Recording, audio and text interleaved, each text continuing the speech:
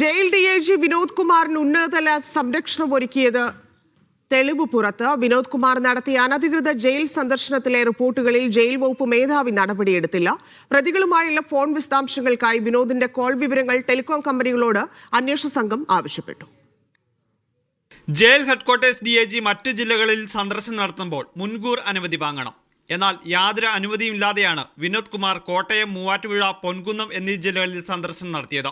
1 മണിക്കൂർ വരെ ജയിലുകളിലെ സന്ദർശനം നീളുകയും ചെയ്തു. 2 വർഷങ്ങൾക്ക് മുമ്പാണ് വിനോദ് കുമാറിന്റെ ജയിലുകളിലെ സന്ദർശനം. പരോളിനായി കഴിഞ്ഞ 3 വർഷത്തിനിടെയാണ് തടവുകാരുടെ ബന്ധുക്കളിൽ നിന്ന് വിനോദ് കുമാർ പണം കൈപ്പറ്റുകയും ചെയ്തിട്ടുള്ളത്. പണം വാങ്ങിയതിനു ശേഷം തടവുകാർക്ക് സൗകര്യങ്ങൾ ഒരുക്കുന്നതിന്റെ ഭാഗമായിട്ടാണ് നിയമവിരുദ്ധമായി ഈ സന്ദർശനമെന്നാണ് ആരോപണം ഉയരുന്നത്. ജയിൽ വകുപ്പ് മധ്യമേഖലാ ഡിഐജി സംസ്ഥാന ജയിൽ വകുപ്പ് മേധാവിക്ക് നിരവധി തവണ ഇതിനെക്കുറിച്ച് റിപ്പോർട്ട് നൽകിയെങ്കിലും യാതൊരു തരത്തിലുള്ള നടപടിയും ഉണ്ടായില്ല. വിനോദ് കുമാറിന് സംരക്ഷണം ഒരുക്കുന്നതിന്റെ ഭാഗമായിട്ടാണ് നടപടി സ്വീകരിക്കാത്തതെന്നാണ് വിമർശനമുയരുന്നത്. തടവുകാർക്ക് സൗകര്യങ്ങൾ ഒരുക്കുന്നതിനും പരോൾ അനുവദിക്കുന്നതിനും ഇവരുടെ ബന്ധുക്കളിൽ നിന്നും സുഹൃത്തുക്കളിൽ നിന്നുമാണ് പണം സ്വീകരിച്ചിട്ടുള്ളത്. കൂടുതൽ പേരിൽ നിന്ന് പണം സ്വീകരിച്ചിട്ടുണ്ടെന്ന് വിജിലൻസിന് സംശയമുണ്ട്.